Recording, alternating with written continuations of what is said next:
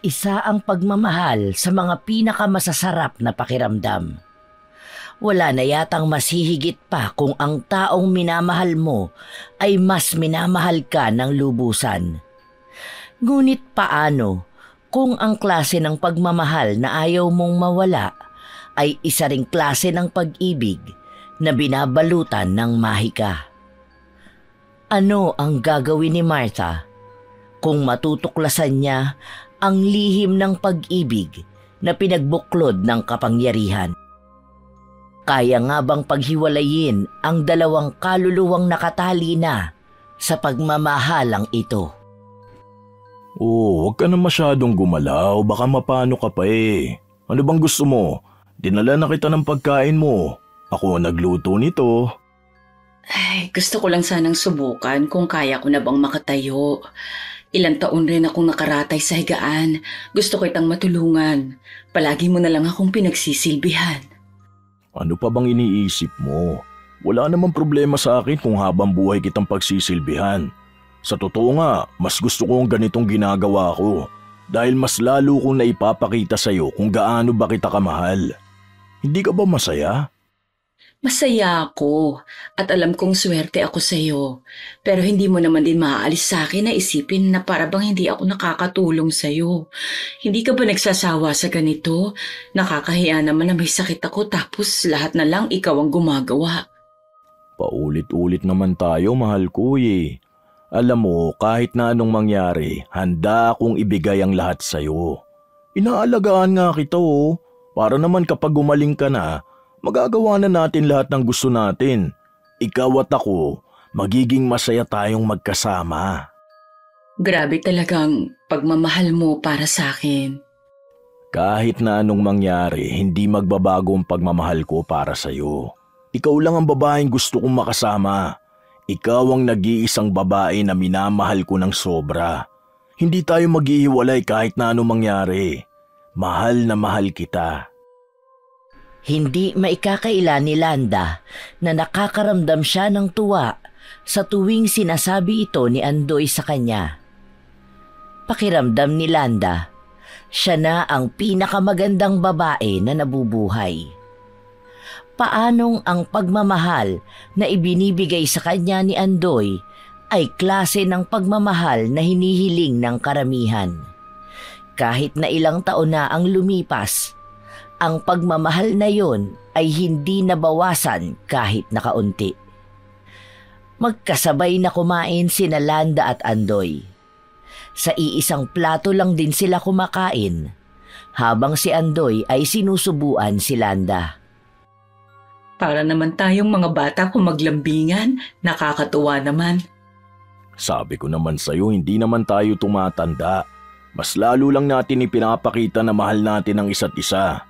Oh, gusto mo pa bang kumain? May binili pala akong mansanas para sa'yo. Sandali lang kukunin ko lang. Para makapagpahinga ka na rin. Kailangan mo na uminom ng gamot at matulog. Nagtungo si Andoy sa kusina para kunin ang mansanas na binalatan niya kanina. Matapos nito, ay kumuha na rin siya ng tubig. Habang naglalakad siya pabalik sa kwarto, sandali siyang natigilan at napatingin sa labas ng bahay. May isang lalaki na nakatayo roon at nakatingin lang ng diretso sa kanya. Wala ito kahit na anong emosyon. Tumango lang siya sa lalaki at nagpatuloy ng pumasok sa loob ng kwarto. Ito na mahal ko, kumain ka na muna nito tapos ito ang gamot mo. Kailangan mo na itong inumin, tapos matulog ka na. Magkatabi ba tayong matutulog ngayon? Gusto kitang makayakap para kasing hindi ko na kayang matulog na wala ka sa tabi ko. Oo naman, wala namang problema sa akin. Para makatulog ka rin ng maayos at makapagpahinga. Matapos na uminom ni Landa ng gamot, inalalayan ni Andoy si Landa sa paghiga at saka siya tumabi rito at niyakap ito. Hinahaplos niya pa ang buhok ni Landa para patulugin. Si Landa naman ay hindi bumibitaw sa mahigpit niyang yakap kay Andoy. Tila ba Maging sa pagtulog nila, nais nilang iparamdam ang pagmamahal para sa isa't isa. Mabilis lang din na nakatulog si Landa bago pumikit si Andoy. Hinalikan pa nito sa labi si Landa. Mahigpit na yakap din ang iginawad niya sa minamahal bago siya natulog. Kinaumagahan, nagising si Landa dahil sa liwanag na tumama sa mga mata niya. Saglit lang din ito dahil may humawi ng kurtina. Papalitan ko na ang kurtina ng bintana nyo. Tumatagos na ang liwanag kapag umaga para hindi na rin po naiistorbo ang tulog nyo. Anak, ikaw ba yan? Kailan ka pa nakabalik? Kararating ko lang po. Napaaga ang uwi ko dahil may trabahong pinahabol sa akin ng boss ko rito. Kilala niyo po ba si Sasha? Yung kapatid niya magpapakasal na. Kami ang mag-aasikaso ng catering nila. Kaya ayun, maaga na ako umuwi. Pero aalis din ako mamaya para magpunta roon. May inuwi pala akong mga prutas. Naroon po sa kusina. Ang sabi ni tatay, babalatan na raw niya para sa'yo. Kumusta naman po ang pakiramdam ninyo? May check-up daw kayo mamaya? Salamat anak ko. Maayos naman ang pakiramdam ko ngayon. Kailangan ba talaga yung check-up ko ngayon? Kailangan po talaga yun para makita natin kung may improvement na ba sa sakit nyo. Hindi nga ako makakasama mamaya sa inyo Magiging abala ako hanggang sa susunod na linggo. Pero may 1 linggo naman akong bakasyon bago ako bumalik sa Manila. Si tatay na lang muna ang sasama sa inyo. Walang problema sa akin yon, anak. Mabuti na nga lang din at palaging nariyan ang tatay mo para sa akin. Siguro kung hindi niya ako inaalagaan, baka mas lumala pa ang sakit ko. Mag-iingat ka palagi sa trabaho mo ha. Kumusta naman anak ko? May nobyo ka na? Sana nga ganun kadali humanap ng maayos na nobyo ngayon. Nagbibiruan nga kami ni Sasha na kapag tumuntong na kami ng 30 at wala pa kaming nagiging asawa, baka manggayuman na lang kami. Loko-loko talaga yun Well, hindi naman ako naniniwala sa mga gayuman na yan. Wala naman kasing ganyan sa tunay na buhay. Sige pala, Nay. Kailangan ko na umalis. Baka naghihintay na rin sa akin si Sasha. Humalik muna sa pisngi ng nanay niya si Martha bago ito umalis. Nagpaalam din siya sa kanyang tatay na abala sa loob ng kusina na maghanda ng makakain ng kanyang ina. Ilang sandali pa, bumalik sa pagkakahiga si Landa. Nakatulala siya sa kisame habang ang isipan niya ay blanko. Oh, parang ang lalim yata ng iniisip mo. Kanina ka pa ba? Hindi ata kita napansin na pumasok sa kwarto. Para naman kasing ang lalim ng iniisip mo Tungkol ba saan yan? Wala naman. Hindi ko rin naman alam kung anong nasa utak ko. Basta bigla na lang akong natulala. Parang hindi naging maganda ang tulog ng mahal ko Hayaan mo, patutulugin na lang kita ulit mamaya. Sa ngayon, halika rito. Kumain na muna tayo. Masarap ang pagkain na niluto ko para sa'yo. May mga prutas na rin dito. Salamat, mahal ko. Napupuno ng pagmamahalan ang loob ng kwarto. Sabay nilang pinagsasaluhan ng pagkain habang maasikaso at maingat si Andoy sa bawat galaw niya. Sa ganitong senaryo na umiikot ang buhay nila. Sa loob lamang ng 4 na sulok ng kwarto sila nagiging masayang dalawa. Dahil simula nang magkasakit si Landa, hindi na ito nakapaglakad pa. Ang tanging naging sandalan niya ay si Andoy. Hindi rin naman pinaparamdam sa kanya ng lalaki na naging pabigat siya. Sa halip, mas lalong pinakita ang pagmamahal nito na nagpapatunay na kahit na anong mangyari ay naroon siya para kay Landa. Bakit parang ang bilis naman ng oras? Tingnan mo nga naman, gabi na naman. Parang pakiramdam ko tuloy kulang ang araw ko kapag kasama kita. Para bang ang bilis tumakbo ng oras. Kung pwede lang sanang ihinto saglit para makasama kita ng mas matagal pa sa pagdilat ng mga mata ko. Kahit naman sa pagpikit ng mga mata mo, kasama mo pa rin ako Kahit saan pa man yan, magkarugtong na ang kaluluwa natin. Alam mo, naalala ko nga nung mga bata pa tayo. Alam mo yung tagpuan natin sa likod ng school? Nakita ko pa yung malaking puno doon. Hanggang ngayon pala nakatayo pa rin yun doon.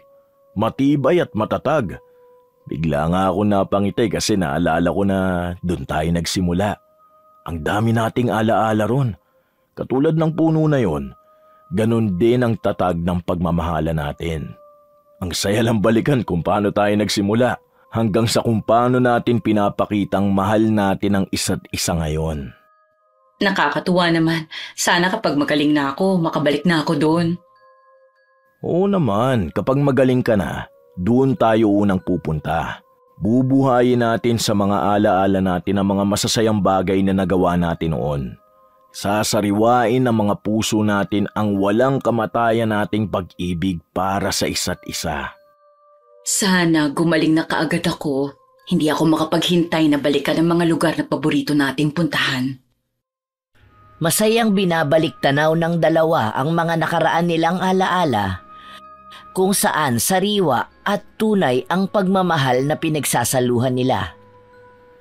Lumalamig na rin ang gabi at dalawa sila'y nakakaramdam na kailangan nilang bigyang init ang nagliliyab nilang mga katawan. Kahit pa man may sakit si Landa, nagsalo pa rin sila ni Andoy ng nakakapasong init ng pagmamahalan nila. Napuno ng halinghinga nila ang 4 na sulok ng kwarto.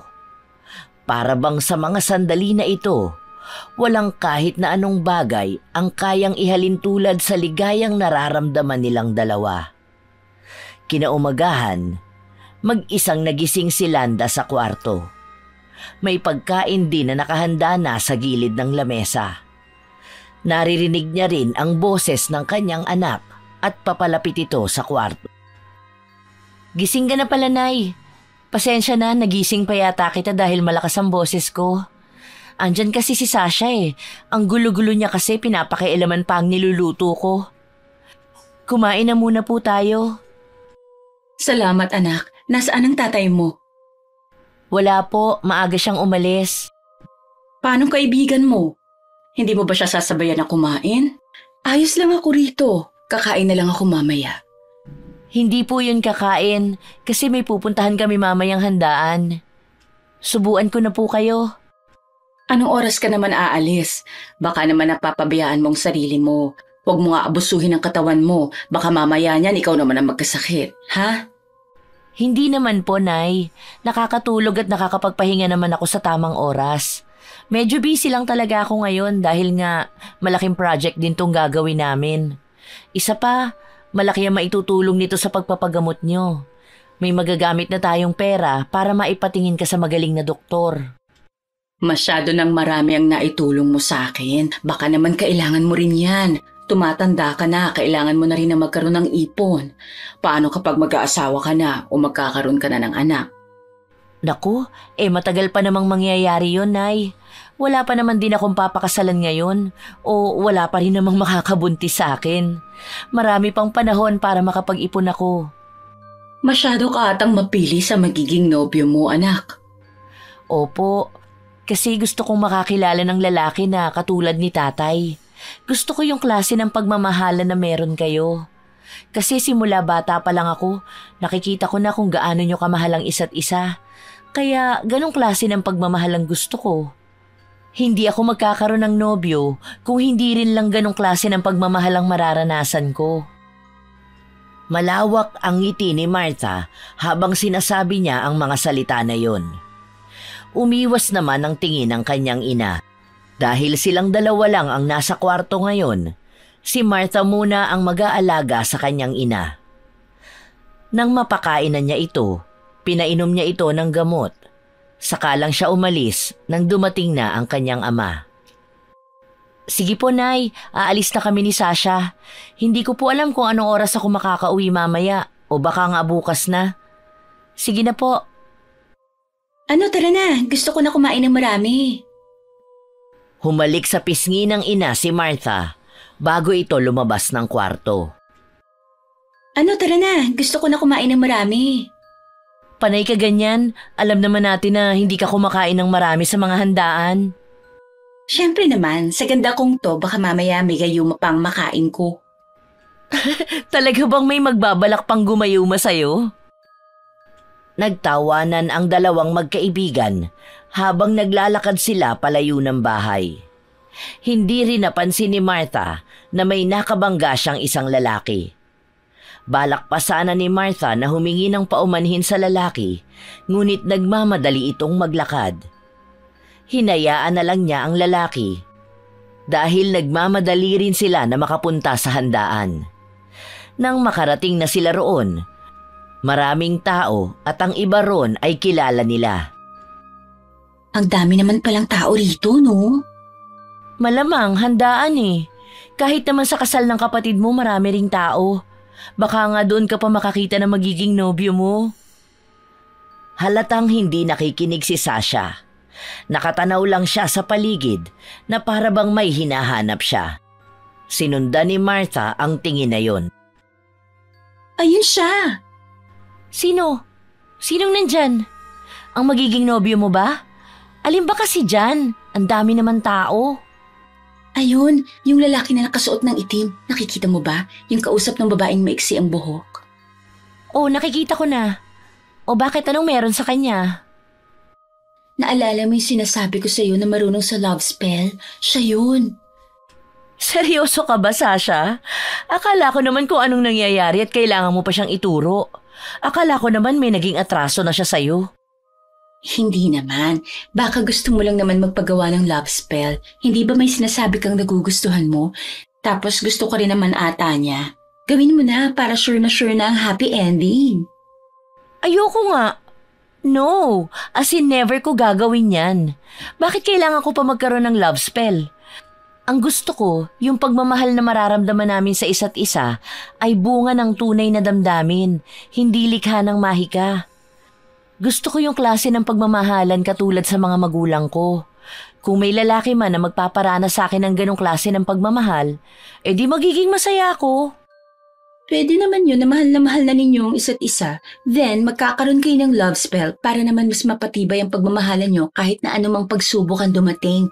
Di ba mas maganda yun? Mas magiging matibay ang pagmamahalan ninyo. Mas tatagal pa. Kahit na, hindi pa rin ako naniniwala sa ganyan. Tara na nga, at baka kung ano na naman ang maisipan mong gawin. Ano ba yan? Sayang naman. Akala ko pa naman gusto mo. Sikat pa naman yan dito sa atin. Marami nang nagpapagawa ng love spell sa kanya. Hindi pa rin. Ayokong gawin yun. Bigo si Sasha na makumbinsi ang kaibigan niya na subukan ang nirerekomenda nito sa kanya. Nagsimula ang kasiyahan. May mga nakita silang mga dating kaibigan. Nakakilala rin ng mga bagong tao. Sa katunayan, ngayon na lang ulit naging masaya si Martha sa tagal niyang nakasubsob sa trabaho. Nakakatulong din sa kanya ang pagkilala ng bagong tao sa buhay niya. Sa saya nila, hindi nila namalayan na sumapit na ang gabi. Ang dami na ata natin masyadong nainom. Pakiramdam ko lasing na lasing ako. Ano, hindi mo na ba kaya? Kailangan ko na umuwi. Alam mo nang may trabaho pa ako bukas. Halika na, iuwi na muna kita. Baka kung ano na namang maisipan mong gawin eh. Baka manggayuma ka ng mga pogi dyan sa paligid. Wala nga akong natipuhan. Saka ko nagagawin yon kapag magkasabay na tayo manggagayuma. Tumawa lang si Martha. Baka sa kanilang dalawang magkaibigan na lasing na sila. Kahit na ayaw pa ni Sasha na umuwi, hinila siya ni Martha. Sabay silang nagtungo roon kaya dapat ay sabay din silang uuwi. Hindi rin naman ganun kalayo ang bahay ni Sasha. Kaya nang maihatid ni Martha ang kaibigan, agad siyang nagtungo sa bahay nila. May epekto pa rin ang alak sa kanya, ngunit nakakapag-isip pa rin siya ng tama. Nang makauwi siya, naabutan niya ang tatay niya na nakaupo sa sofa habang nagbabasa ng dyaryo. Hindi ka pa po natutulog, Tay? Ang aga mo naman atang magbasa. Hindi kumibo ang tatay niya. Inilipat lang nito ang pahina. Ilang sandali pa ay narinig ni Martha ang ingay na nagmumula sa loob ng kwarto ng kanyang ina. Tawanan nito ng dalawang tao. Laking pagtataka niya. Sinong tao sa kwarto, Tay? Bakit parang may kasama si Nanay? Hindi na hinintay pa ni Martha na sumagot ang tatay niya. Binuksan niya ng kusa ang pinto at sa pagkakataon na ito, para bang may malamig na tubig na bumuhos sa kanya para matunghayan ang tunay na nangyayari sa loob. Naabutan niya ang kanyang ina na may kayakap na ibang lalaki, habang baka sa mukha ng dalawa ang saya. Martha, anak, nakauwi ka na. Anong ibig sabihin nito, Nay? Bakit may ibang lalaki sa kwarto? Sino siya? Sandali. Teka, ikaw yung lalaki na nakabangga ko kanina. Sino ka? Lumingon si Martha sa kanyang ama na nakaupo pa rin ng payapa. Wala itong pakialam kahit na naririnig na niya ang usapan. Para bang sanay na ito sa mga ganitong pangyayari. Alis na muna ako. Humalik muli si Andoy kay Landa bago ito tuluyang lumabas ng kwarto. Nabangga niya pa si Martha, ngunit hindi pa rin pumapasok sa utak ni Martha kung ano nga ba ang tunay na nangyayari. Pakiramdam niya ay maraming bagay siyang hindi alam. Nay, anong ibig sabihin nun? Bakit may ibang lalaki rito? May sakit na kayo. Bakit nagawa niyo pang lokohin si tatay? Bakit ngayon pa, Nay? Lasing ka lang ata, anak. Magpahinga ka na muna. Matutulog na rin ako. Ano? Ganun na lang yon? Matutulog ka na lang? Patutulugin mo na lang ako matapos ng nakita ko? Nay, andyan si tatay. Nakaupo na para bang wala lang sa kanya lahat ng ito. Bakit naman ganun, Nay? Akala ko ba mahal na mahal ninyo ang isa't isa? Anong nangyari? Hindi mo ko maiintindihan dahil hindi mo alam kung ano ba ang nangyari noon. Ipaliwanag mo sa akin kung anong nangyari noon. Ipaintindi mo sa akin, Nay. Anak, magpahinga ka na muna. Lasing ka na eh. Ikaw rin, Tay. Alam mo na ba ito noon pa? Alam mo na bang may kalaguyo si Nanay? Bakit hindi mo man lang sinabi sa akin? Parang itinago niyo na sa akin lahat. Ano pa bang hindi ko alam? Magpahinga ka na muna. Ihahatid na kita sa kwarto mo. Marami pang nais na itanong si Martha. Ngunit hindi na niya ito nagawa pa dahil hinila na siya ng tatay niya pabalik sa kwarto niya. Pagod na ang katawan niya at nakakaramdam ng sakit sa ulo na epekto ng alak. Ngunit hindi niya magawang magpahinga hanggat hindi nasasagot ang katanungan sa utak niya. Kinaumagahan, nagmamadali si Martha na kausapin ang kanyang ama dahil sa mga oras na ito ay tulog pa ang kanyang ina. Tay, pwede ba tayong mag-usap? Oh, nagising ka na pala. Gusto mo na bang kumain? May nakahanda ng pagkain dyan. Kumain ka na muna. Tay, bakit parang wala lang sa'yo lahat? Bakit wala kang reaksyon? Parang wala ka man lang pakialam sa nalaman at nakita ko kagabi. Ano bang gusto mong maging pakialam ko? Seryoso ka, Tay? Nakita mo na si Nanay kasama ang kalaguyo niya. Naririnig mo sila dito mismo sa loob ng bahay natin. Tapos ganyan ka lang? Na para bang wala kang magawa? Na wala kang pakialam? Bakit hindi mo binugbog ang lalaki? Bakit hindi mo sila pagbawalan? Bakit hindi mo ilaban ang karapatan mo? Hindi ko maintindihan. Marami kang hindi naiintindihan. Kumain ka na dyan. O kung gusto mo, sabayan mo nanay mo na kumain. Gisingin mo na lang. Matapos itong sabihin ni Kulas, umalis siya sa harapan ni Martha. Naiwang nakatayo si Martha at hindi mawari kung anong klaseng damdamin ba ang gusto niyang maramdaman sa mga oras na ito. Paanong ang lahat ay ganun lang natapos? Na para bang hindi niya nakita ang mga magulang niyang mahal na mahal ang isa't isa. Nakakaramdam siya ng galit sa kanyang ina na nagawang lokohin ang kanyang ama at inis sa kanyang ama na paanong hinahayaan lang niya na magkaganoon ang pamilya na binuo nila. Lahat ng katanungan sa utak ni Martha ay hindi maalis sa utak niya. May trabaho siyang kailangang asikasuhin sa mga oras na ito, pero hindi niya magawa dahil alam niya na kapag umalis siya, maaaring bumalik ang kalaguyo ng kanya. Uminom na kayo ng gamot niyo, Nay. Oo nga po pala. Baka sa makalawa kapag nakuha ko na ang sahod ko, lilipat na tayo ng bahay. Doon na tayo sa Maynila titira. Sa Maynila?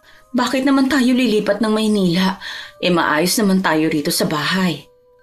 Doon na kita ipagagamot, Nay, para makapagsimula na rin tayo ng buhay malayo sa lalaki mo. Bakit ganyan ka magsalita sa akin?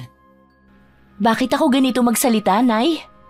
Naririnig mo ba ang tanong mo sa akin? Matapos ko kayong mahuli ng kalaguyo mo, itatanong mo sa akin yan?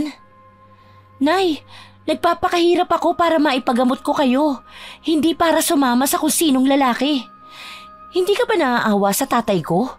Hindi ka ba nahihiyaman lang, Nay? Siya ang nag-aalaga sa'yo. Ang dami niyang sinakripisyo para sa'yo. Hindi para harap-harapan mo siyang lokohin. Nanay kita, gusto kong maayos ka, pero hindi maalis sa akin ng galit dahil ganito ang ginagawa mo sa pamilya natin. Kung ano lang ang iyong nakikita, yun lang ang nalalaman mo. Hindi mo alam ang buong katotohanan, Martha. Kaya huwag mong pagsasalitaan ng ganyan si Andoy. Ha? Huwag kong pagsalitaan ng gano'n ang lalaki mo? Bakit? Tunay naman na siya ang dahilan kaya nagkakaganito ang pamilya natin, hindi ba? Hindi niyo na ginalang ang tatay ko. Maging si tatay hindi na alam ko anong dapat niyang maramdaman at gawin. Hinahayaan na lang niya kayo sa mga kahibangan na ito. Pero sinisigurado ko na hindi magtatagal ito, aalis tayo rito. At kahit na kailan, hindi niyo na makikita pa ang lalaki na yon. Sa sama ng loob ni Martha, lumabas na siya ng kwarto. Ayaw na niyang makapagsabi ng kahit na anong masasakit na salita. Baka humantong pa ito sa pagsama ng loob ng kanyang ina. Kahit na naiipon na sa kanya ang galit.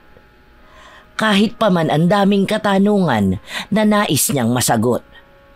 Ayaw niyang magliyab ang apoy sa tuluyang pupuksa sa pagmamahal niya sa kanyang ina. Habang nagpapahangin si Martha sa labas ng bahay, natanaw niya si Andoy na nakatayo lang sa hindi kalayuan. Hoy lalaki! Halika rito! Mag-usap nga tayo! O ano, hinihintay mo akong umalis ngayon para makapunta ka sa nanay ko? Sino ka ba lalaki ka? Bakit ba nanggugulo ka ng pamilya namin? Ayoko na makita ang pagmumukha mo dahil sa susunod na makita kita, sisiguraduhin kong may paglalagyan ka. Layuan mo ang nanay ko. Tigilan mo ang pamilya ko. Hindi ako nanggugulo. Gusto ko lang makasama si Landa. Hindi ka nanggugulo? Hindi ba panggugulo ang ginagawa mo sa pamilya ko? Inagaw mo ang nanay ko sa amin, lalo na ang pagmamahal nito sa tatay ko. Wala akong inaagaw. Dahil wala naman talagang naging problema sa tatay mo. Hindi ko kinukuha ang nanay mo sa inyo. Ayoko makipagtalo sa'yo dahil hindi gusto ng nanay mo ang ganito. Aalis na ako. Pakiusap lang na huwag mong ilayo sa akin si Landa. Bakit ngayon ka pa naduduwag? Ngayon pa ba na nabisto ko na ang kahayupan na ginagawa ninyo?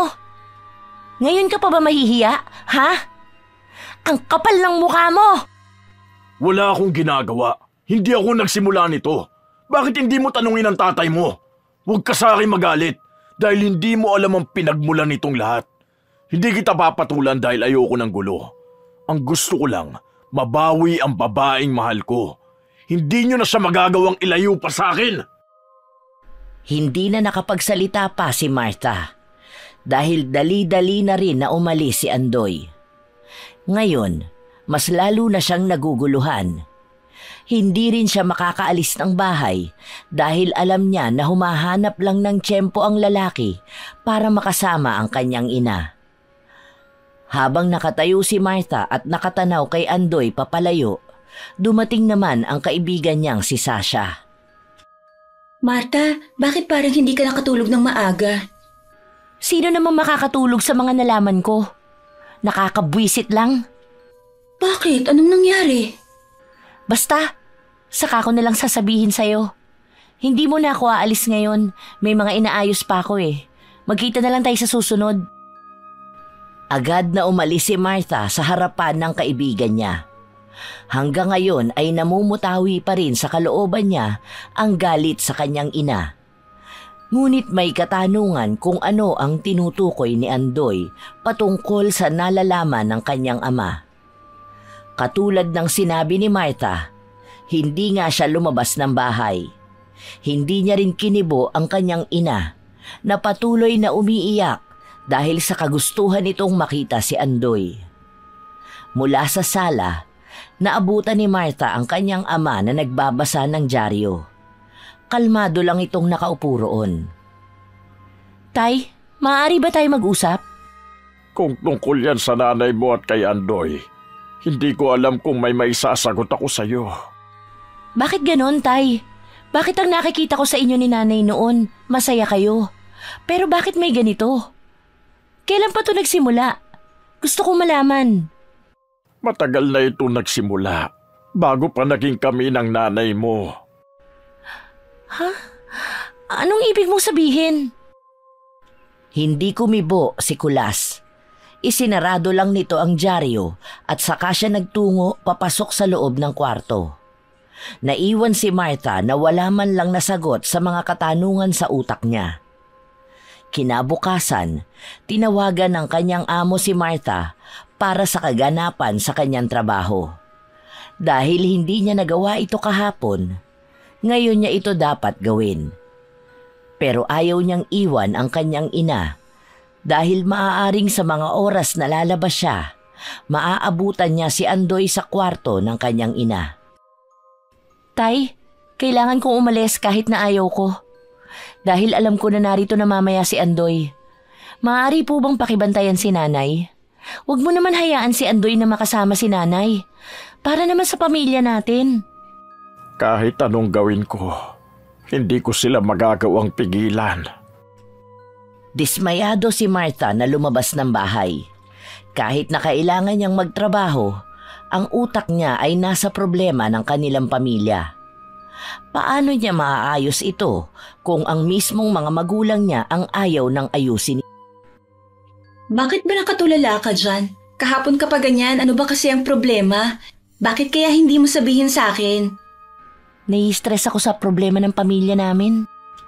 Sasakit ba yan ng nanay mo? Kumusta na ba si tita? Hindi lang doon. Ano? May kalaguyo si nanay at itong si tatay parang matagal na niyang alam. Ay, hindi ko na alam ang gagawin ko. Paano ko maaayos ang mga magulang ko? Ano? May kalaguyo ang nanay mo? Paano nangyari yun at kailan pa? Hindi ko alam kung kailan nagsimula, pero nahuli ko sila noong isang gabi. Tapos ngayon, parang mas mahal pa nila ang isa't isa kaysa sa pagmamahalan ng mga magulang ko. Paano nangyari yun? Hindi ko na alam ang gagawin ko. Ngayon pa ba masisira ang pamilya namin? Kung kailan ang dami na naming napagdaanan. Tapos ito pang si tatay, parang matagal na niyang alam pero para namang wala siyang pakialam at hinahayaan niya lang. Ang sakit sa ulo. Napangalumbaba si Martha sa lamesa. Ang utak niya ay hindi na alam kung ano pa nga ba ang dapat na isip. May naisip ako. What if mag-cord cutting ka? Ano na naman yung cord cutting na yan? Kung ano-ano na naman yung naiisip mo. Makakatulong to sa nanay mo, lalo na kung malaki ang koneksyon nila ng kalaguyo niya. Kailangan natin kumausap ng witch na marunong gumawa ng cord cutting. Ano namang maitutulong yan para maayos ang problema ko? Magiging maayos ba ang mga magulang ko at titigilan na ba ni Andoy ang nanay ko? Oo naman. Alam mo ba na kapag ang dalawang kaluluwa ay pinagbuklod, itong cord cutting ang nakakatulong para paghiwalayin sila.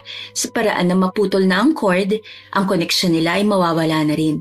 Ibig sabihin, hindi na sila mananabik sa isa't isa.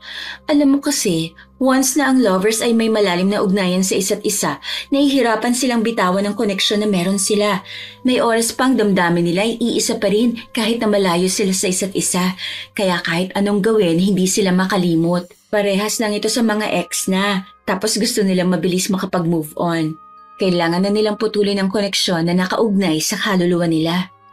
Saan mo naman nalaman yan? Para namang nakakatakot yan. Hindi ba mapapahamak ang nanay ko riyan? Alam mo naman na may sakit siya. Hindi naman ito delikado. Isa pa magaling ang kakilala ko. Gusto mo bang puntahan natin siya ngayon? Para naman mawala ng problema mo. Ano, tara na. Sigurado kang hindi masama yan, ha? Hindi yan masama. Marami na kayang gumagawa niyan. Hello girl, marami na akong kakilala na gumagawa niyan.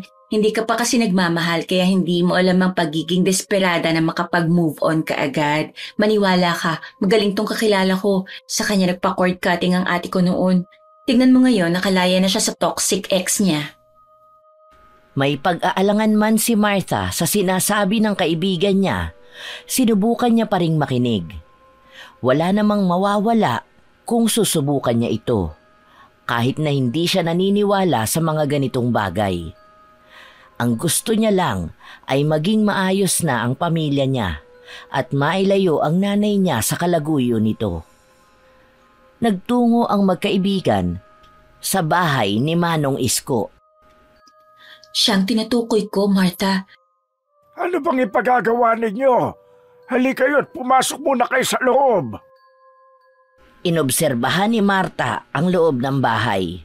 Madilim ito at may isang altar kung saan mukhang doon ginagawa ang mga ritual. Pinaupo silang dalawa bago naglabas ng kandila ang matanda. Gusto ko po sanang subukan ng cord cutting. Para ba sa'yo at sa dati mong kasintahan? Hindi po. Para po sa nanay ko at sa kalaguyo niya. Pwede po ba yun? Maaari naman natin itong gawin. Alam mo ba ang pangalan ng kalaguyo ng nanay mo? Andoy po ang kalaguyo, habang Landa naman ang pangalan ng nanay ko. Kung ganoon, sa puting kandila na ito, iukit mo ang pangalan ng iyong ina.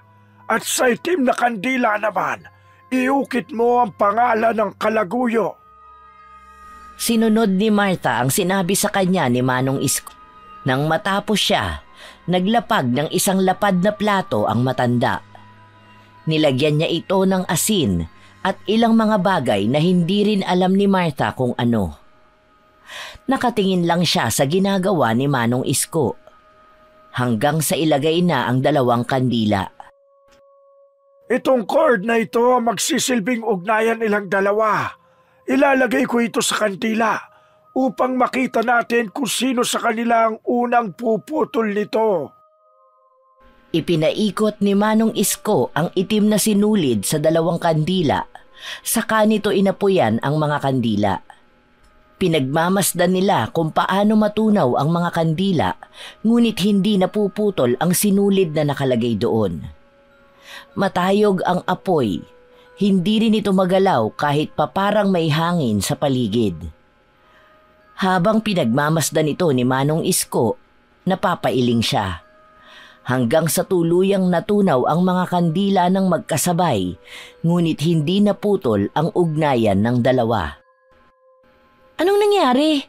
Ang akala ko ba dapat mapuputol yan? Bakit natunaw ang mga kandila tapos wala namang nangyari? Ganyan ba talaga yan? May mali atang nangyayari. Mukhang masyadong malakas ang pagkakakapit nilang dalawa. Ngayon lang nangyari sa akin ang ganito. Sandali lang, ulitin natin. Inulit nila ang proseso ng pagpapahiwalay sa dalawa. Ngunit katulad ng nauna, walang nangyari. Naupod ang kandila, ngunit hindi nila naputol ang koneksyon na nag-uugnay sa dalawa. May kakaiba sa kanilang dalawa. Malakas masyado ang puwersa ng tali nila. Ang paghihiwalay sa kanila ay hindi kinakaya ng cord cutting. Hindi itong makakatulong sa iyo para mapaghiwalay sila. Anong ibig sabihin nito? Hindi na sila magkakahiwalay kahit na kailan? Paano nangyari yun? Ganong kalakas ang pagmamahala na nararamdaman nila? Paano naman yun nangyari? Nasaan na ang pagmamahal ng nanay ko sa tatay ko? Hindi lang ito normal na pagmamahalan. May mahi ka sa likod nito. Maaaring sumailalim sila sa love bind spell. Kung tunay nga ang iniisip ko, ibig sabihin hindi mo basta maaalis ang pagmamahala nila gamit lang ang cord cutting. Dahil ang pagmamahala nila ay selyado na ng mahika. Anong pwede kong gawin? Dapat malaman mo kung paano ito nagsimula. Ano ang ginawa nila, sino ang gumawa, at nasaan mismo ang pinagsilidan ng pagmamahalan at sumpaan nila. Ibig sabihin parang gayuma ito? Hindi ito basta gayuma. Para silang dalawa na mismo ang gumawa nito. Maaaring nung panahon na mahal nila ang isa't isa, doon nila ginawa ang ritual para hindi na sila magkahiwalay pa. Kailangan mong makita ang pinagsilidan nila. Sa paraan na yon, masisira mo ang koneksyon na meron sila. Ito ang paraan para maputol mo ng tuluyan ang ugnayan nila. Saan ko naman makikita yon? Paano ko naman malalaman na yun ang kailangan ko? Kadalasan ito ay nakalagay sa garapon. May mahalagang bagay sa kanilang dalawa na nasa loob ng garapon at selyado ito ng kandila. Pero sa oras na makita mo ito, huwag mong basta bubuksan dahil maraming bagay ang maaaring makasama sa iyo. Naging interesado si Martha na malaman kung ano ba ang sinasabi sa kanya ni Manong Isko. Hindi niya pinaniniwalaan ang ganitong mga bagay, pero ngayon, para bang minumulat sa kanyang kaisipan ang tungkol sa mga mahika. Umuwi na si Martha para makausap ang kanyang ama. Gusto niya ring makita kung naroon nga ba si Andoy at hindi siya nagkamali. Sa pagdating niya, sakalang umalis si Andoy. Nagkatinginan pa sila sa mata, ngunit agad na umiwas ang lalaki. Hindi talaga natin basta mapapaalis ang lalaking yon, Tay. Sinabi ko na sa iyong wala ka na magagawa sa kung anuman ang ugnayan na meron sila ng iyong ina. Anong ugnayan ba yon na hindi kayang maputol? Maaari ko bang malaman, Tay? Mahirap intindihin. Mahal mo ba si nanay? Mahal na mahal ko ang nanay mo. Kaya nga umasa akong pipiliin niya ang pamilya natin. Pero mali ako. Kahit na anong gawin ko, hindi namin maiwasan ang tunay na nangyari noon na patuloy na humihila sa kanya pabalik kay Andoy. Umupo si Martha sa tabi ng tatay niya. Ngayon, unti-unti na siyang nakakakuha ng kasagutan sa mga tanong na nais niyang masagot. Kung mahal mo si nanay at ang pamilya natin, bakit hinayaan mo silang dalawa ni Andoy? Pinaglaban ko ang nanay mo hanggang sa hindi ko na alam ang pakiramdam ng pakikipaglaban. Hindi ako kailanman mananalo sa pagmamahal na selyado ng kaluluwa nila. Anong ibig mong sabihin, Tay? Gusto kong malaman ang lahat. Si Andoy ang unang lalaking minahal ng nanay mo. Magkakaibigan na kami simula mga bata pa lang kami. Minamahal ko ang nanay mo habang nakikita ko kung gaano niya kamahal si Andoy. Ang pag-ibig na pinapakita ng mga mata niya kay Andoy ang tunay. Ako lang ang sumalo. Nang umalis ang pamilya ni Andoy, nagkahiwalay sila ng nanay mo at andun ako para saluhin siya. Ang akala ko nakuha ko ang pagmamahal na yun, lalo pa't naging anak ka namin. Pero mali ako. Sa muling pagtatagpo nila, bumalik ang nagliliyab nilang pagmamahalan hanggang sa nawala na ako sa paningin nila. Narito ako, ngunit hindi ako ang kailangan niya. Mahal ko ang nanay mo, pero hindi sa akin nakatali ang kaluluwa niya. Wala man lang bang pagmamahal na natitira si nanay para sa'yo? Dahil paano ako napunta rito? Paano ko nakita ang pagmamahalan ninyo noon kung walang tunay doon? Dahil ayokong malaman mo kung anong meron sa amin ng nanay mo. Hindi niya ako minahal kahit napilitin ko. Sa ibang lalaki siya baliw. At ngayong tinatanong mo ko bakit hinahayaan ko sila, dahil wala naman na akong magagawa pa. Gumamit ba sila ng love spell noon? Saan mo naman narinig yan? Gusto ko lang sanang malaman kung gumawa ng ganon sila nanay. Mga bata pa lang kami nung ginawa nila yun. Nasa high school kami nung narinig ko silang nag-uusap. Pero hindi ako naniniwala sa ganon. hanggang sa napatunayan kong walang kamatayan ang pagmamahal na yun. Kilala mo ba kung sinong gumawa nun? Yung mangkukulam na nagbuklod sa kanilang dalawa? Yung mga gamit nila. Hindi ko alam, dahil hindi yun sinabi sa akin ng nanay mo. Hindi ko rin naman alam paano matatapos yun, dahil ginawan ko na ng paraan noon. Pero hindi sila kayang paghiwalayin. Akala mo ba wala akong ginawa? Sinubukan ko na silang paglayuin, pero hindi sila kayang paghiwalayin ng kahit na sino. Ang kaluluwa nila, patuloy inilalapit sa isa't isa. Kaya kahit nasaan natin itago ang nanay mo, matutuntun pa rin tayo ni Andoy.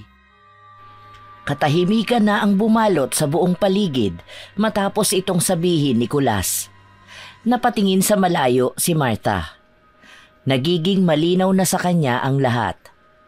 Ang pananahimik ng kanyang tatay ay isang patunay ng pagod na nararamdaman nito sa ilang beses niyang pagtatangka na paghiwalayin ang dalawa. Ngunit hindi papayag si Martha na maging siya ay mapapagod. Gagawa siya ng paraan para maputol ang lahat ng ito. Lumilipas ang araw, habang nasa trabaho si Martha, siya namang puslit ni Andoy sa kanila para makasama si Landa. Kahit na ganon, hinahayaan na muna ni Martha dahil kailangan nilang makakuha ng impormasyon sa kanilang dalawa kung saan ba nila itinago ang garapon ng pag-ibig na kailangang masira ni Martha. Isang umaga, nasa kwarto ng nanay niya si Martha. Bit-bit nito ang mga lumang litrato noong kabataan ng kanyang ina. Naroon ang litrato nilang magkakaibigan, kasama na ang kanyang ama at si Andoy. Matagal mo na palang kaibigan si Andoy. Kaibigan niyo ni tatay. Magsisimula ka na naman ba ng galit, Martha? Tinitingnan ko lang kung sino ang mga naging kaibigan ninyo. Ang isa rito ay ang nanay ni Sasha. Ang isa naman ay ang may-ari ng tindahan sa tapat. Sino naman ang isang babae na ito? Ngayon ko lang yata siya nakita. Hindi ko ba siya naging ninang? Si Pasing. Hindi ko siya kinuhang ninang dahil marami siyang ginagawa sa buhay niya at hindi ko na rin alam kung nasaan siya. Maganda siya, pero parang may kakaiba sa mukha niya.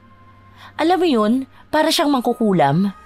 Alam mo yung sa mga palabas na gumagawa ng mga gayuma? Parang ganun ang mukha niya. Itapon mo na ang litrato na yan. Wala rin naman niyang halaga dahil hindi na rin kami magkakaibigan. Sayang naman po ito. Itatabi ko na lang muna. Para kapag gumaling kayo, pwede niyo ulit makita ang mga kaibigan ninyo. Sayang naman kasi, ang ganda pa naman ng mga ngiti niyo rito.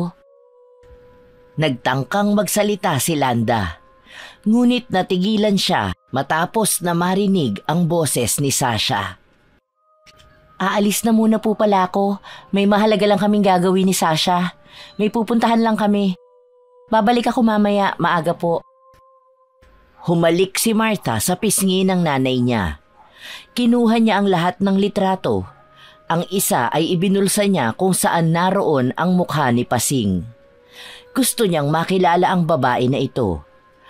Maaaring isa siya sa may alam kung ano ang nangyari sa nanay niya at kay Andoy. Kung anong mahika ang ginawa nito para pagbuklurin silang dalawa na tila ba hindi na kaya pang tumakas ng mga kaluluwa nila. May nakita akong litrato. Ito, namumukhaan mo ba ito? Ay, parang kilala ko siya. Kamukha niya yung nakausap noon ng nanay ko. Kaibigan niya ni nanay noon at kaibigan ni nanay ang mama mo. Pasing ang pangalan niya. Tama, siya si Aling Pasing. Naalala ko na. Nagpunta siya sa bahay noong nakaraang linggo at sinabi niyang lumipat na sila ng bahay. Malapit lang daw sa... Saan bang sinabi niya? Sa bahay nila Mang Hernan. Alam mo ba kung saan yun? Malakas ang pakiramdam ko na may alam siya sa ginawang love spell kay nanay at Andoy. Kung sakali man na makakausap natin siya, alam kong makakakuha tayo ng lead sa hinahanap nating gamit. Sige, tara. Samahan na kita papunta doon. Walang inaksayang oras ang dalawa para makarating sa bahay ni Pasing. Natunto naman nila ang lugar. Ngunit napag-usapan nilang hindi sila magsasabi ng kahit na ano kay Pasing. Mukhang hindi rin naman yata namumukhaan ni Pasing si Marta bilang anak ni Landa. Anong kailangan ninyo? Kayo po ba si Aling Pasing? Nabalitaan po namin na magaling kayo sa mga love spell, kagaya ng love binding para sa mga couple na ayaw na maghiwalay. Oo, ako nga. Saan nyo naman nalaman? Naalala ko kasi na may kaibigan ako na nagpunta sa inyo. Ang sabi niya maganda raw ang gawa ninyo. Oo naman, kaya ko ang kahit na anong love spell. Kahit gayuma sa hangin, kaya kong gawin. Kailangan yung makakuha ng gamit ng gagayumahin natin. Paano kung gusto namin ng nobyo ko na habang buhay na kaming magmahalan? Maaari ko bang gawa ng paraan yun? Hindi na kailangan ng gayuma dahil mahal naman namin ang isa't isa. Nariyan ba ang nobyo mo?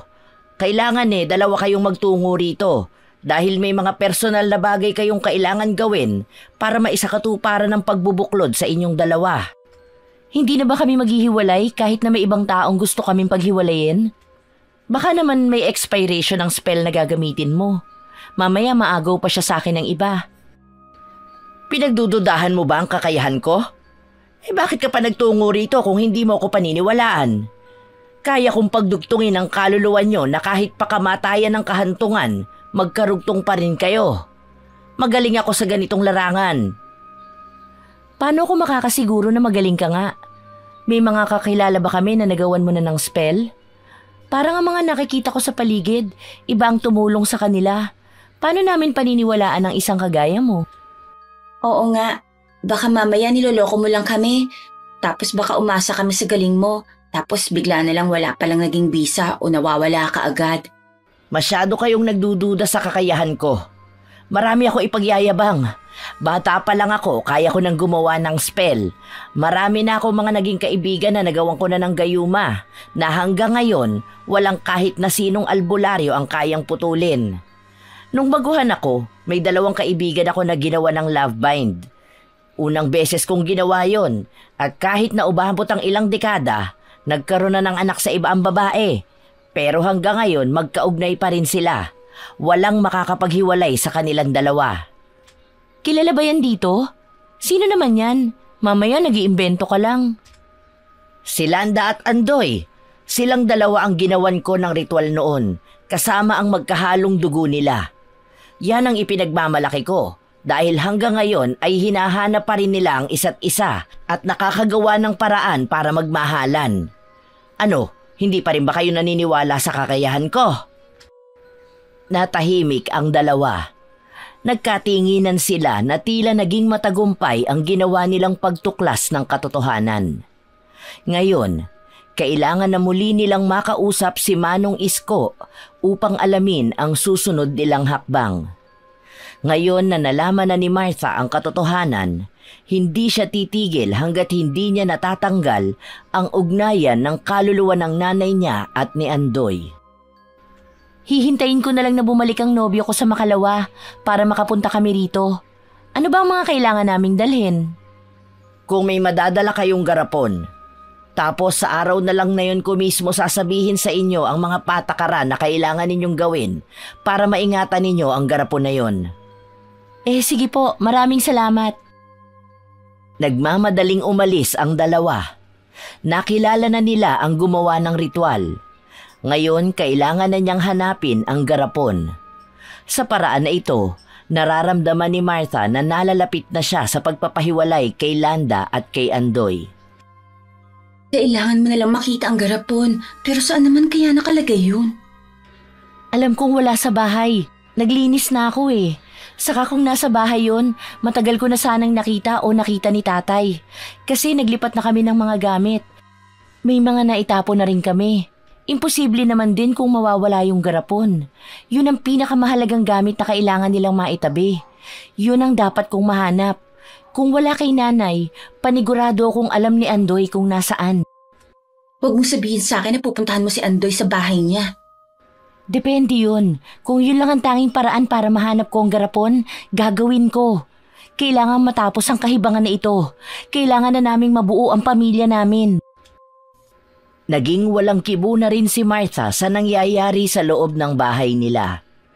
Laking pagtataka ng kanyang ina dahil kahit na naroon si Andoy, walang pakialam si Martha. Para bang hinahayaan na sila ng mga ito. Hindi ka ba inaaway ng anak ko? Noong una, inaaway ako ni Martha. Pero mukhang natanggap na rin yata niya na mas mahal natin ang isa't isa. At wala na siyang magagawa ron. Hindi niya ako pinapansin kapag narito ako. Pero mas maganda na rin yun kaysa sa pagbawalan niya akong makita ka. Tignan mo ngayon, naaalagaan na kita. Mahal na mahal natin ang isa't isa. Kaya kahit nakamalian ang tingin nila sa pagmamahala natin, hindi ako makikinig sa kanila. Napapaisip ako. Hindi ba ikaw ang nagtabi ng garapon? Saan mo yun itinago? Ang dami nang nangyari, pero maingat mo pa rin itong inaalagaan. Nakatabi lang yun sa bahay. Pero kapag wala ako dun, katulad ngayon, may pinagtataguan ako. Hindi ko hahayaan na masira yun. Katulad kung paano ko hindi hahayaan na magkahiwalay tayo. Laman ng garapon na yun ang sumpaan natin. Dugo at kaluluwa na natin ang nakabuklod doon. Kaya kahit na anong mangyari, hindi tayo magkakahiwalay. Walang makakapaghiwalay sa atin. Wala, mahal ko. Ingatan mo yung mabuti. Dahil hindi ko na alam ang kahulugan ng buhay ko, mawawala ka pa sa akin. Yun lang ang pinanghahawakan ko sa pagmamahalan nating ito. Pangako, hindi ko hahayaan ng iba na makuha yun sa atin. Habang nag-uusap ang dalawa sa loob, may iniwan si Martha na gadget para marinig niya ang nagiging usapan sa loob ng kwarto. Narinig niya ang buong usapan. Nakaramdam siya ng hapdi sa kanyang dibdib, lalo pa at mas mahalaga pa sa kanyang ina ang unang lalaking minahal nito kaysa sa pamilya nila. Pero hindi nawawala ang pag-asa kay Martha na maaaring nabubulagan lamang ng mahika ang kanyang ina. Kaya inaakala nito na tanging si Andoy lang ang kaya nitong mahalin ng wagas. Sumapit na ang gabi. Umuwi na si Andoy. At sa pagkakataon na ito, sinundan ni Martha ang lalaki para tuklasin kung saan ito itinago ang garapon. Naglakad sila patungo sa lumang eskwelahan. Sa likod noon ay may malaking puno. Anong ginagawa niya rito? Huwag niya sabihin na dito niya tinatago ang garapon. Nakita ni Martha ang paghuhukay ni Andoy. Lumilingon pa sa paligid ang lalaki para tingnan kung may nakakakita ba sa kanya. Nang mapagtantong walang ibang tao, pinagpaganito ang garapon na nakuha niya. Hindi naman ito ganon kalaki. Matapos nito, nagmamadali na rin siyang tumakbo palayo. Kinaumagahan, mag-isa lang si Martha na nagtungo sa likod ng eskwelahan.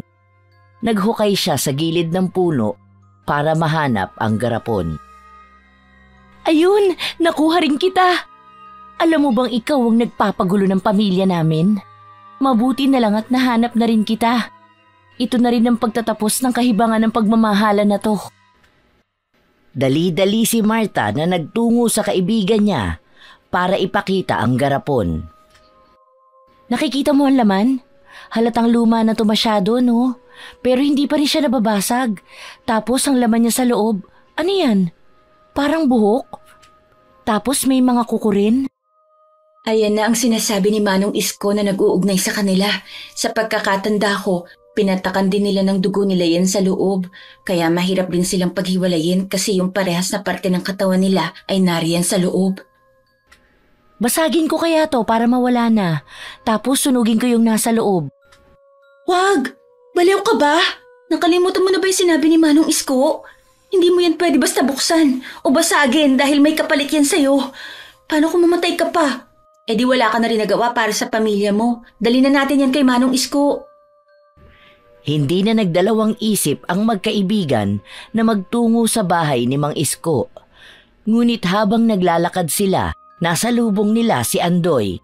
Pawisan nito at baka sa mukha ang takot. Nasaan ang garapon? Anong garapon? Mukha bang may garapon akong dala? Alam kong ikaw ang kumuha ng garapon doon. Ilabas mo na kung hindi magkakasubukan tayo. Magkakasubukan? Sige, bakit hindi natin subukan ngayon? Para makita mo rin kung sino kinakalaban mo. Handa akong gawin ang lahat para sa pamilya ko. Subukan mo lumapit sa akin o sumunod sa amin. Sisigaw ako at ipakukulong kita.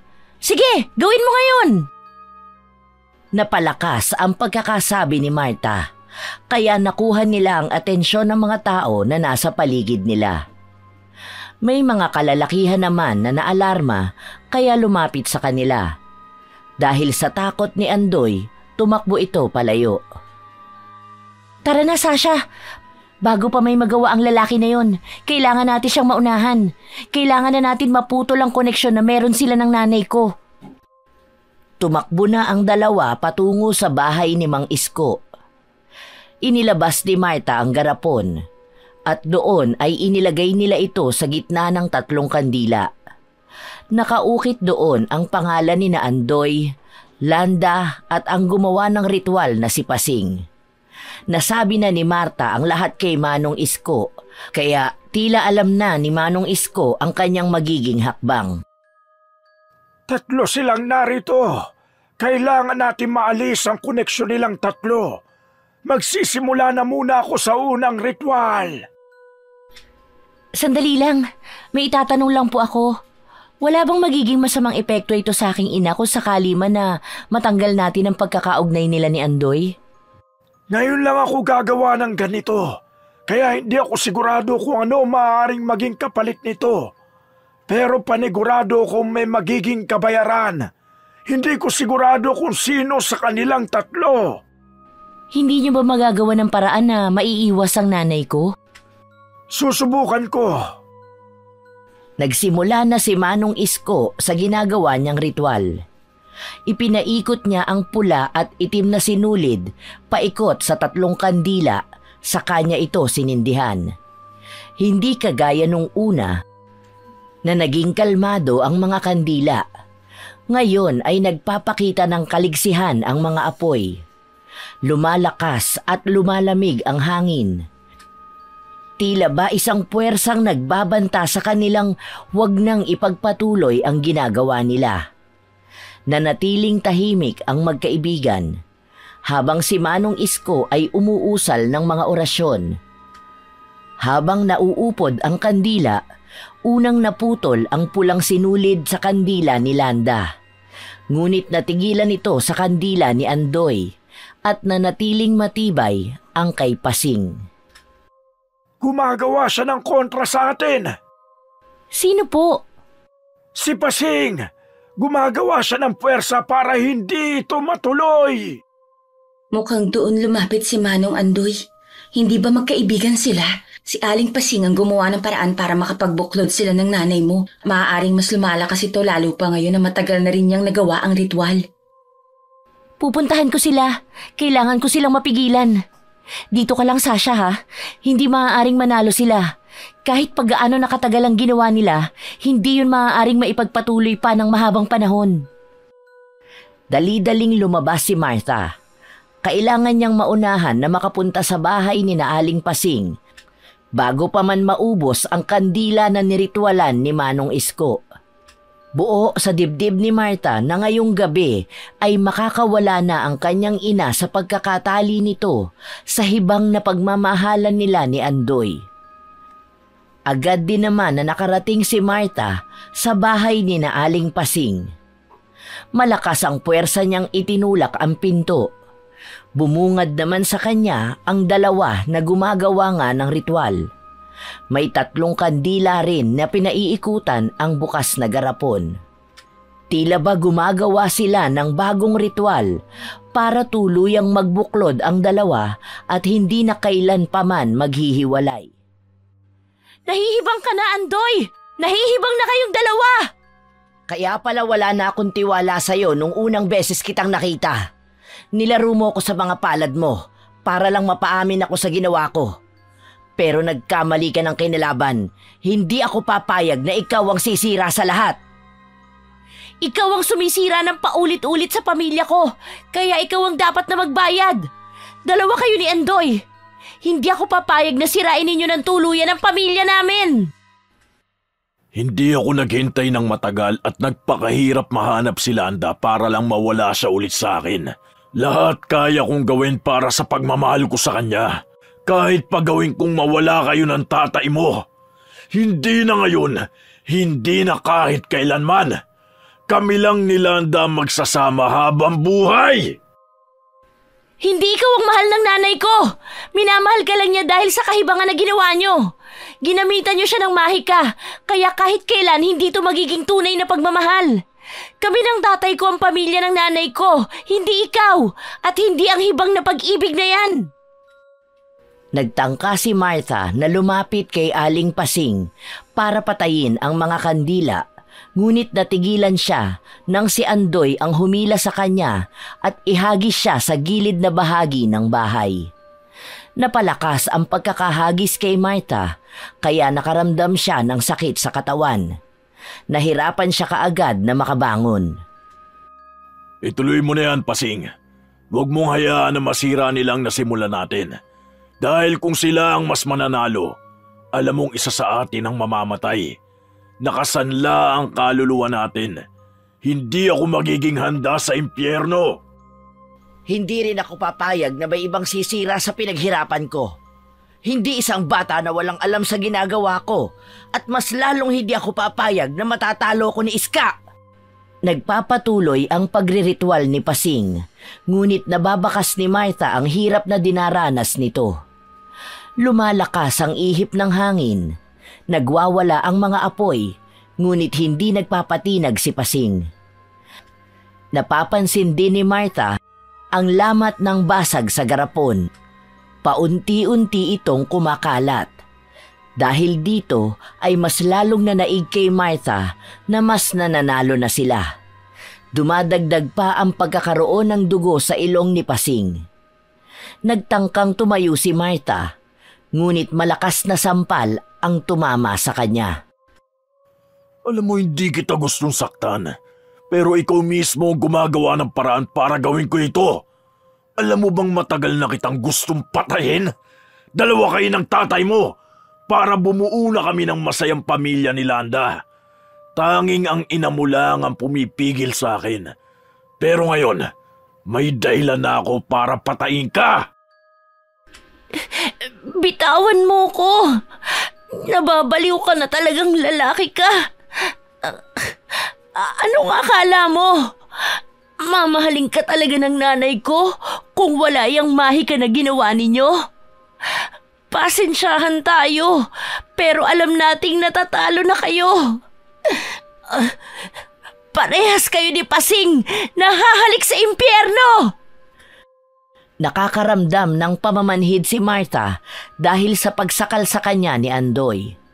Humihigpit ang sakal na nagiging dahilan upang manghina si Martha. Nababakas niya sa mga mata ni Andoy na hindi ito gawa ng tao. Tila ba nalamon na ng kadiliman ang kaluluwa ng lalaki. At nang dahil sa pagmamahal, kaya niyang gawin ang lahat. Habang humihigpit ang sakal kay Martha, lumuwag ito dahil sa pagbagsak ni Andoy. Anak! Tay, anong ginagawa mo rito? Hindi sumagot ang tatay niya. Sa halip ay tinulungan niya si Martha na tumayo. Napatingin si Martha sa katawan ni Andoy na nasa sahig. Nakahawak ito sa batok niya habang may dugo ito. Marahil dahil ito sa paghampas ng kanyang ama. Kailangan nating mapatay ang mga kandila nila, Tay. Hindi maaaring silang manalo sa pinaglalaban natin. Dahil baka kung ano pa ang magawa nila kapag silang nagtagumpay. Nilingon nila si Pasing. Bakas ang panghihina nito pero patuloy siyang umuusal ng orasyon habang ang ilong niya ay dumurugo. Ako na ang gagawa, anak. Dahil tama ka nga. Kung tunay na mahal ko ang pamilya ko, dapat gumawa ako ng paraan noon pa lang na magsasalba ng pamilya natin. Hindi ka na sana umabot sa ganito, anak. Kaya ako na sa parte na ito. Ako na para sa pamilya natin.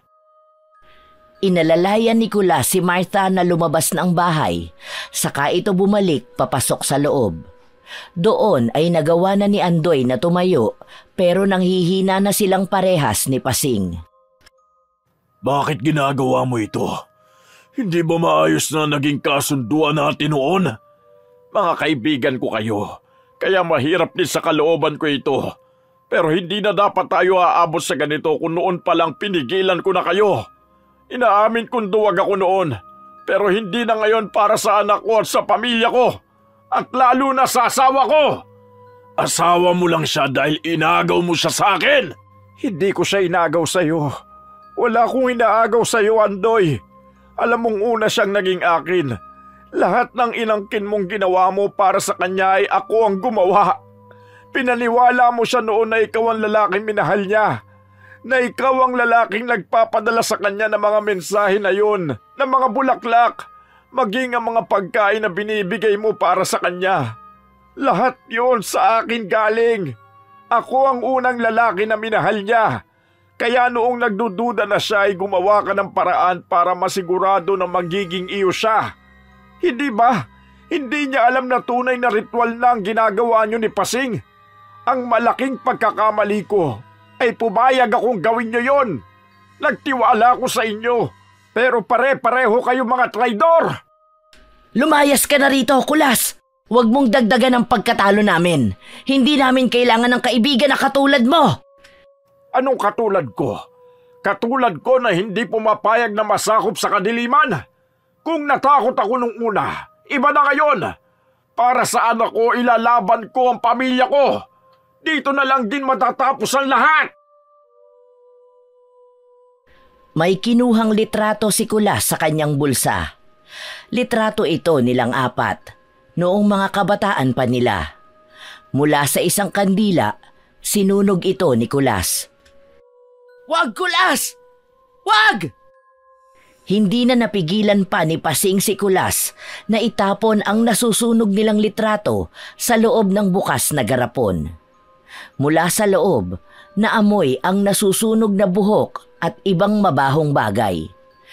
Dahil sa ginawa ni Kulas, unti-unting nabasag ang garapon hanggang sa tuluyan itong sumabog kasabay ang pagkapatay ng mga kandila bago pa man ito matunaw. Sa lakas ng puwersa, tumilapon silang tatlo hanggang sa tuluyan silang nawala ng malay. Kinabukasan, pagbukas ng mga mata ni Kulas, nakita niya ang anak niyang inaasikaso siya. Tay, gising ka na po. Mabuti naman at walang masamang nangyari sa'yo. Masaya ako para sa inyo, Tay. Maraming salamat po sa ginawa ninyo. Nasaan ang nanay mo? Naroon po sa loob ng kwarto. Hinahanap nga po kayo at iyak siya ng iyak. Humihingi rin siya ng tawad sa akin at sa mga nagawa niya sa pamilya natin. Mukha pong nawala na nga ang ugnayan na kumukulong sa kanila ni Andoy. Nasaan na sina Andong at Pasing? Si Aling Pasing, namatay po siya. Hindi niya kinayang kalabanin si Manong Isko. Nabasag na rin ang garapon. At gumana na rin ang cord cutting. Malaki ang naitulong ng ginawa niyo para maipanalo natin ito, Tay. Hindi napigilan ni Martha na yakapin ang tatay niya sa tuwa. Ngayon, alam niyang wala ng kahit na sino ang sisira sa pamilya nila. Maaari na nilang simulan ang panibagong buhay na masaya at buo ang pamilya. Nang makaya na ng tatay niya na makatayo, lumabas sila para magtungo sa kwarto kung saan naroon ang kanyang ina.